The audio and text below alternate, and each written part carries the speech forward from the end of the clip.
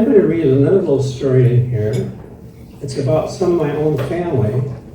And I hadn't told you yet about why I've been here for so long. Some of my grandparents were born in Centralia. I went all the way through school here.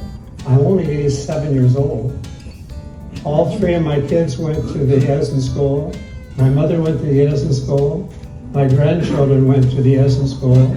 I was a student teacher, taught school sometime as a substitute teacher at the Edison School.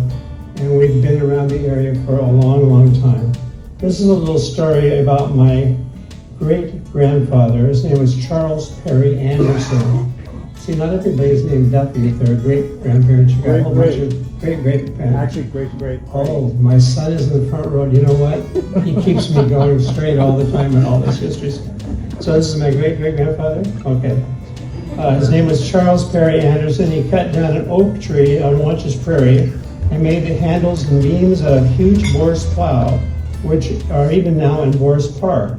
In fact, he spent so much time in his work, it was really he and his wife and sons who ran the farm. He lived to create things made of wood, fashioning them out of logs he had hewed for himself. He could make anything out of wood. He had a little workshop by the road. Here he made furniture for the other settlers, beds, tables, spinning wheels, little wooden chairs. My son Eric, who's back in 3 rows back, has a little table that this great-grandfather made it. It's made out of 3 or 4 branches with a little piece of wood on the top of it. So it's kind of fun. Anyway, read this book. It's written in a very interesting way, and I think you'll all enjoy it.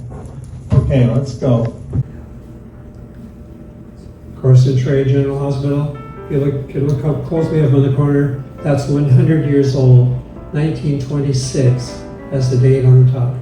I was born in the upper room on the left. My son Jeff was born in the upper room on the left. Then they built a big wing out on the front of it. And Eric was born in that. Michael Wade to go to Centralia when they built the new hospital. Reminded me a little bit. I'm going to tell you another real short story, a little fun. When I was a little kid, I lived in California with my grandparents for a little while. And not too far away from us was a horse stable where you went down and got horses. Well, my family never had much money, so I went down, my grandparents, so I went down there and kind of hung around with all the kids that were getting the fun of riding on the horses. And the people that ran the place had little jobs for me to do once in a while. And then one time he says, Dan, how'd you like to go for a ride? Because some other kid was paying him for the job, didn't come. I said, sure, I'll do it. We got a little work for you before you do that. And what is that? He says, well, here's a big shovel. I want you to go in the horse's place and clean out all that poop. So anyway, the poop I cleaned out was for Roy Rogers' horse Trigger. So how many of you guys have ever scooped poop for Trigger?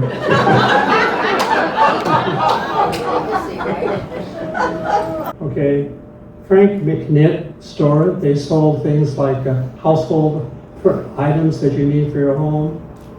And they also built a building uptown that I recognize very well. I'm going to show it to you next. Are you ready?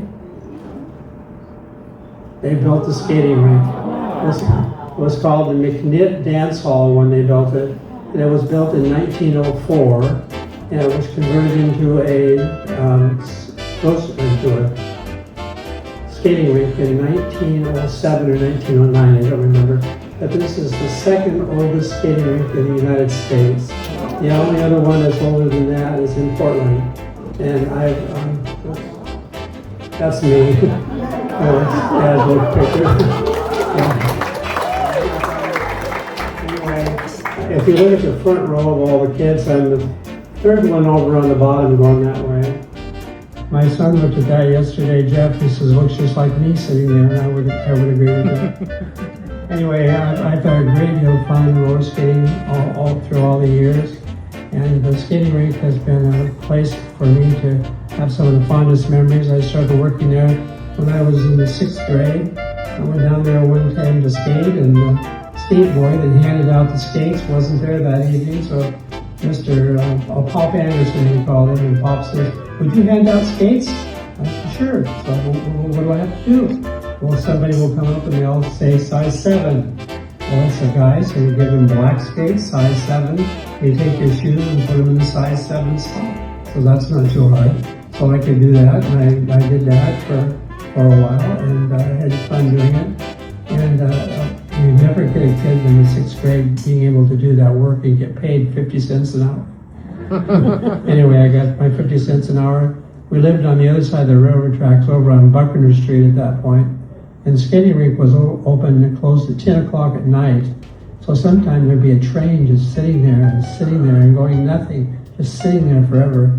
So, you know, I know that I shouldn't do this, and I told them I would never tell my kids to do this, but I figured if a train is sort of long and the wheels are at both ends, if I go through in the middle real quick underneath it, I'm all right. So I went under the train underneath it when it was dead still, quiet, and I felt comfortable, but I shouldn't have been doing it, but that's what I did. And if you read some history about me, it will say there's a little story about me playing the pipe organ in the Fox Theater. I haven't the slightest idea how to play a pipe organ. I just worked there one night when it closed up and it was completely dark. I went in there and turned it on. I know how to turn it on. And banged it a few beats on it. And it was so loud that it rang into the building next door to me. And the manager of the theater lived in the building next door to me. So he had to get off of that right away. And if I could give anybody any opportunity to donate to something that I really think is worthwhile, I'm going to say let's donate to the Fox Theater. I worked there when I was a kid, and I have a lot of love for the Fox Theater. Oh, I can tell you, one time I went to work someplace, and I worked there. I had a fun little story. There was a newspaper article that said, women or girls wanted for work. And my friend says, Dan, let's go down and apply for a job. I said, wait a minute. It says, girls wanted for work. How's this work? They're going to need guys to take tickets. I said, okay, let's go down. So he got the job. He was about 6'3", and I think they thought if anybody had pushed somebody out, he would get the job. I quit 2 weeks later, and I got the job anyway. Anyway, while I was working there, the manager of the theater was sort of one of these guys that was very impressed on firing people in the spur of the moment, you know, just because he wanted to impress somebody. So I had no reason whatsoever to be fired. I was doing everything like I was supposed to. And one evening, he fired me in front of a bunch of people. And I thought, oh, okay, we'll see about this. So after the hour, the place closed. I knocked on the door in the office, and I says, you said you were going to fire me today, but I want to tell you, you're not. What do you mean you're not? Well, would you like me to call your corporate office in Seattle and tell them about the after-hour parties you're having here, feeding liquor to underage children? I did not lose my job. I took Spanish class there. I took Latin, conversational Latin. Can you imagine that? Conversational Latin. I took that for 1 year, and the teacher kept calling me Clinton all the time. That was my dad's name. He went there. He was a very bright student. I was not a very bright student in Latin. So I took the next 2 years of Spanish, not just regular Spanish. But when I went into Spanish class, the teacher says, everyone in my class has to have a Spanish name. And Dan is not a really good Spanish name. I'm going to name you Alvaro. Alvaro. I said, why Alvaro? He was a great Latin American lover. At that point, I turned absolutely bright red. I can remember from that. Never remembered that poor lady that taught that class. One of the kids came in one time and put a bullfrog in the closet. In the bottom drawer in her room. And the bullfrog made a rather loud noise, and she just went, belly up on that one. Said, get that out of here, get that out of here. So they threw it out the window on the 3rd floor into a concrete sidewalk. She was not pleased with the class. Now we have a little bit of fun happening in town. This was advertised quite heavily in the newspaper that someone was going to climb up the side of the Lewis and Clark Hotel. So you see all the people down below watching? I was down there watching the second time they did it, because this side I wasn't here, but they also climbed up around the other side. And you see if someone's up there on the top of the big rope, I really don't know how dangerous this was, but I know it was a big attraction for the city when they did it. This house belonged to Lorraine Williams. That's on the corner of First and Pearl. And it's a beautiful home. We did a wedding in there for their daughter. It was very nice. And if you look at the upstairs, there's a little bay window up there, a little corner window.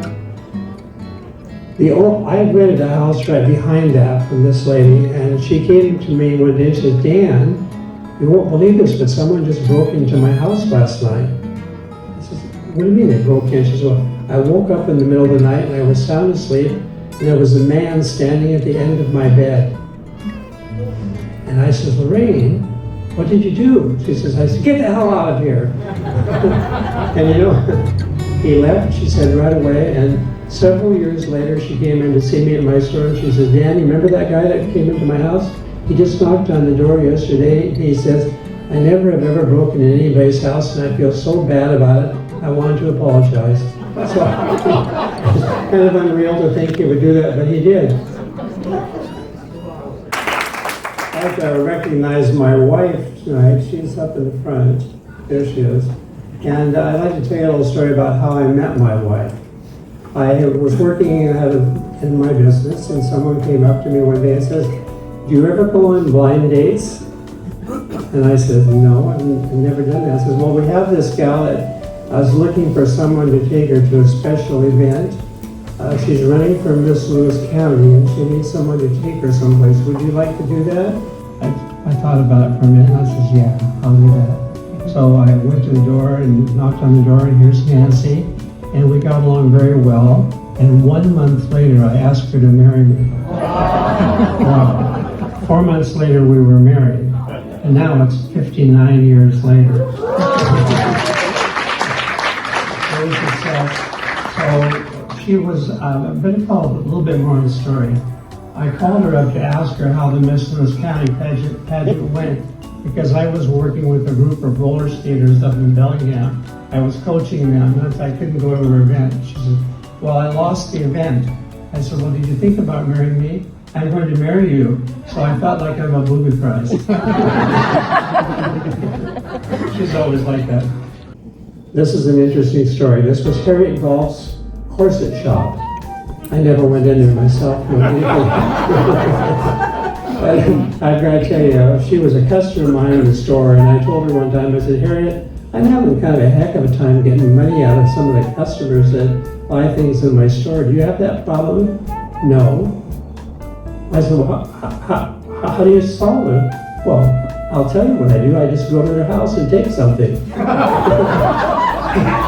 I said, well, tell me a little bit more about the story. She said, well, I went on one of them over on Tower Street, Gold Street not too long ago, and I knocked on the door, and I said, you people haven't listened to me when I told you. I've called you on the phone. You haven't paid your bill and you owe me money. She says, I'm coming in right now. And she says, they looked kind of surprised, but I just went in and unplugged the lamp. Started out the door, and they came up with the money. Oh, and what do we have here? This is my son, Eric, and he was kind of not feeling very good one day, and I was in charge of a program with the city to unveil this nice little plaque out front that was for George Washington. And Eric was home, and I said, Eric, why don't you come with me? I'll let you cut the ribbon off that, because you're the only one that's probably going to be alive for the next 100 years that will have to celebrate another centennial. So Eric cut the ribbon off of that, and when I got home, my other two sons says, you're not supposed to let him go out when he's home from school because he's sick. Anyway, we have a picture of Eric there, cutting that off. This was a little story on this one too. This was a church one time. I don't remember the name of the church. Can you tell me? Centralia Bible Chapel. Centralia, this is a fun story. Centralia Bible Chapel had a meeting one night for all the kids that had been involved in Vacation Bible School, and all three of my sons were involved with Vacation Bible School. I was sitting in the front row, and I'm starting to feel not good, really bad. Starting to get some pains in my chest. And I thought, I've got to get out of here. And the only way I could get out of there is walk right by the speaker in the front row and walk out the door. So I walked right by the speaker, walked out the front door, went down and laid on the grass behind the building and had a heart attack. So that's just the way it goes. So it was better that I was outside rather than sitting inside the building. So. But I will always remember this because it would be directly behind us, Joel Herning's mortuary. And I thought the joke I had, I thought to myself, I want to make sure that I'm really gone before they take me in. I'm going to tell you about buying that building. That's kind of a fun little side story. We wanted to buy the building, but we didn't have enough money to buy it by a long shot. So I went to the bank and I talked to them and I said, could I go down and look at the building? So he gave me the keys and we went in. I had the keys for quite a long time. We looked all over the building and I went back and said, my wife and I would like to buy that. We'd like to put our flower shop in there, and we've been kind of fiddling around with antiques and we would like to expand it into an antique mall. And the bank says, I don't think so because you haven't had much experience in selling buildings, and that's banks are built selling antiques, and that's a very large building. I said, I don't think they'll loan you the money on it, but I'll check. It was a lot of money. So he called me back 3 days later and he says, Dan, they're going to loan you the money. And I said, you're kidding me. Tell me about it. He said, well, I called and I told him there was a florist that wanted to buy that building, but he doesn't have much experience selling antiques. Would you want to consider it? And he's talking to the head guy in Seattle at the big tower, you know, where they have all the money. He says, well, we would do that if it was Dan Duffy. I said, you've got to be kidding. So I says, how did they know me? So he told me what his name was. His last name was Hillier. And Hilliers were local people. I happened to be the pallbearer for both of his grandparents' funeral, and he taught me how to drive. I mean, I said I sort of had a little in with the bank, I think, on that one. Okay, now I'm going to talk about this for a minute. You know who those people are? That's the president, the vice president, and they came to Centralia. Not everybody knows this if you didn't live here. And when they came to Centralia, they had to have some place to eat. And you know where they came? Duffy's had a restaurant in our store. It was run by Nancy Wigley and her husband. So they came, the Secret Service came through Centralia and found out where they were going to go to feed these folks, and they decided to come into our store. So we all had the Secret Service clearance, and the Clintons and the Gores came in, and they fed also 300 of the Secret Service at that time. So it was a rather major event. Enjoy your life, and thanks for coming. End of the program.